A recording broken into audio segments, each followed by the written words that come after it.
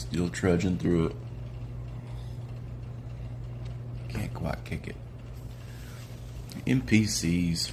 Here's a quick, easy thing I do. We accumulate adventures, right?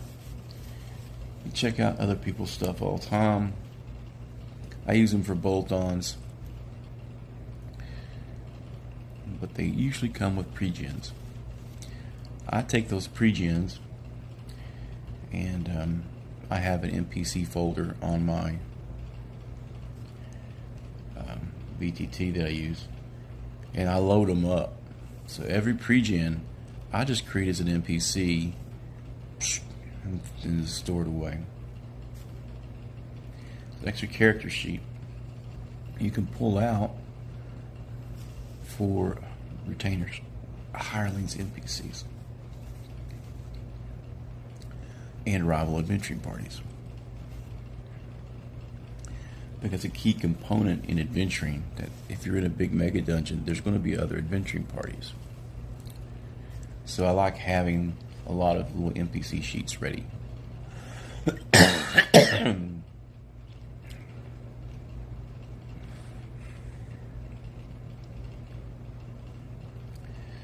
I'm a player down this evening, and my guys have been actively trying to recruit more retainers, as the retainers' mortality rate is getting up there. Their fame is growing, so allowing retainer replacement to trudge along, even though the mortality rate is disturbing.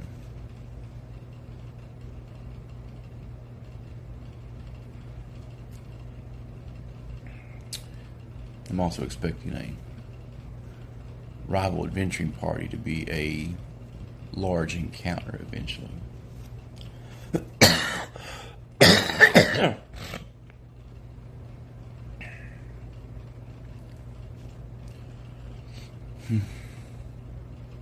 Coffee helps knock it loose. Switch over to percolated coffee. So much better for your coffee. Takes a little longer. I find that things take a little longer. Tastes better. Anticipation helps on that, but then if the longer you take over convenience, the more you care about the quality. So, whoop-dee. I gotta wait 15 minutes for a cup of coffee instead of 5. Woo! Impatient. It's a better cup of coffee. So I recommend, you can do it at your regular table too, but that turns out into having like a folder with or a notebook with a ton of sheets. That can take up a lot of space. I do like the fact that the VTT is just zero clutter in my already cluttered computer room.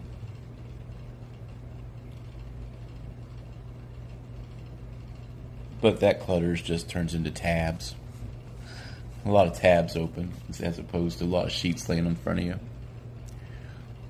And you can assign them a little quicker. You can hand out the sheet, but same difference. Different tools for different situations. So I'm going to hammer that out. I'm already down a player for this evening. We haven't played in about a month in the dwarf game.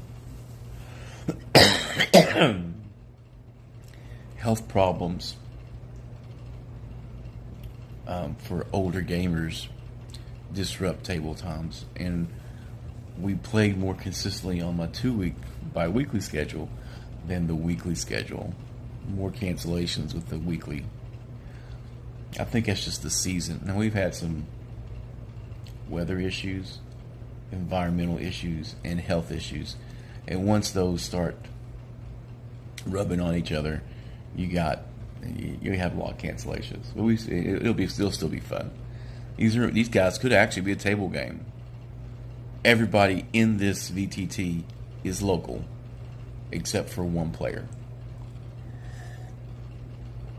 We could very easily have this at a table at one of the houses, but it's a midweek game, so everybody's got work.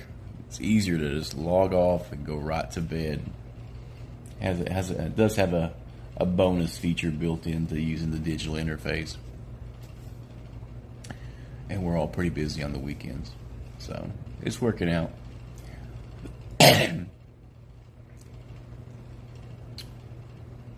But yeah, NPCs should be something you're always adding on to. Always have extra NPCs for rival adventuring parties or the odd recruitment. Is there anyone else looking for adventure? Should always be like a first or second level fighter handy, and then roll them in. It's a way to bleed off some of the excess magical items and weapons, and gold sync, because they don't go for free. I'm going to go to a simplified version of payment. Now, that's probably something else. I have a criticism of OSEs, how they approached paying NPCs. I prefer an equal, even share daily rate. They have varying levels. And when you get down to quarter and eighth share division, I just don't want to do the math. Just don't. It's aggravating. But anyway, always have NPCs ready to roll.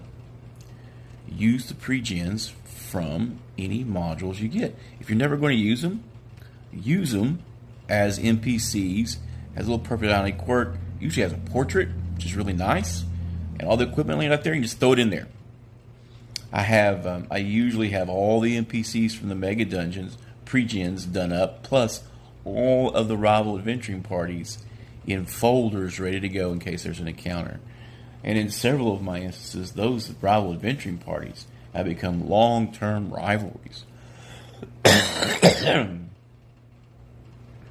The boon companions were like a phantom adversary for one of my players, Caleb, actually.